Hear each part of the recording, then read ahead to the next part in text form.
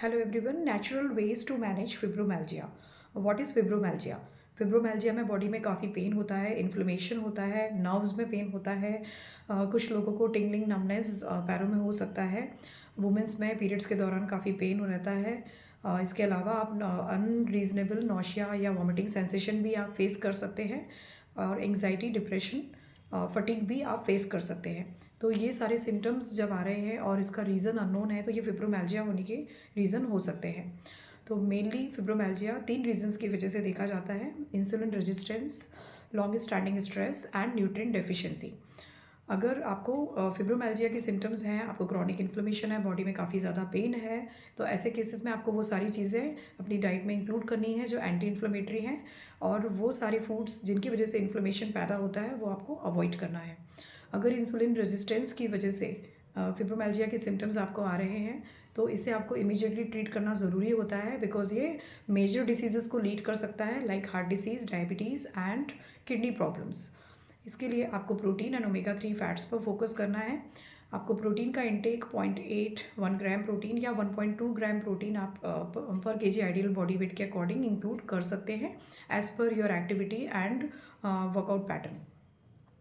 आपको जो भी रिफाइंड कार्बोहाइड्रेट्स है या बेकरी प्रोडक्ट्स हैं, ऑयली चीज़ें हैं, इनका इंटेक कम्प्लीटली बंद करना है या कम से कम करना है। अगर आपको लॉन्ग स्टैंडिंग स्ट्रेस की वजह से फिब्रोमैल्जिया के सिम्टम्स आ रहे हैं तो आप deep breathing exercises, meditation, yoga practice कर सकते हैं। साथ में अश्वगंधा सप्लीमेंट भी आप इंक्लूड कर सकते हैं। थर्ड, अगर न्यूट्रिएंट डेफिशिएंसी की वजह से फिब्रोमैल्जिया के सिम्टम्स आप फेस कर रहे हैं तो उसके लिए आपको 5 न्यूट्रिएंट्स पे फोकस करना ज़रूरी है, which are magnesium supplement, vitamin B12, vitamin D3, omega 3 fats and coenzyme Q10। Magnesium supplements mind को रिलैक्स करते हैं, ये नर्व्स को सपोर्ट करते हैं, इन्फ्लेमेशन को कम करते हैं, बॉडी पेन को कम करते हैं। सेकंड, विटामिन B12, अगर आपको नमनेस या टिंगलिंग का इशू है या फिर आपका कॉग्निटिव फंक्शन डिक्लाइन हो रहा है, मेमोरी लॉस या ब्रेन फॉग के सिम्टम्स आप फेस कर रहे हैं तो ऐसी कंडीशन में विटामिन B12 लेना आपके लिए बेनिफिशियल होगा। अगर आपको विटामिन D3 के केसेस में देखा गया है कि ज़्यादातर जिनको विटामिन D3 की डेफिशिएंसी होती है उनको फिब्रोमैल्जिया होने के चांसेस ज़्यादा होते हैं, बिकॉज विटामिन D3 हमारी बॉडी में हार्मोन की तरह काम करता है और विटामिन डी एक मेजर रोल प्ले करता है ओवरऑल मेंटल हेल्थ के लिए, बोन हेल्थ के लिए, इम्यूनिटी के लिए, हार्मोन्स के लिए। तो आप विटामिन D3 के सप्लीमेंट्स ऐड कर सकते हैं।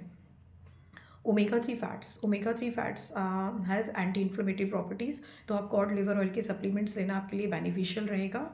Fifth is coenzyme Q10 is an antioxidant and body में ऑक्सीडेटिव स्ट्रेस की वजह से जो सेल डैमेज हुआ है और जो फटीग आप फेस कर रहे हैं उसके लिए कोएंजाइम Q10 के सप्लीमेंट्स लेना आपके लिए बेनिफिशियल होगा।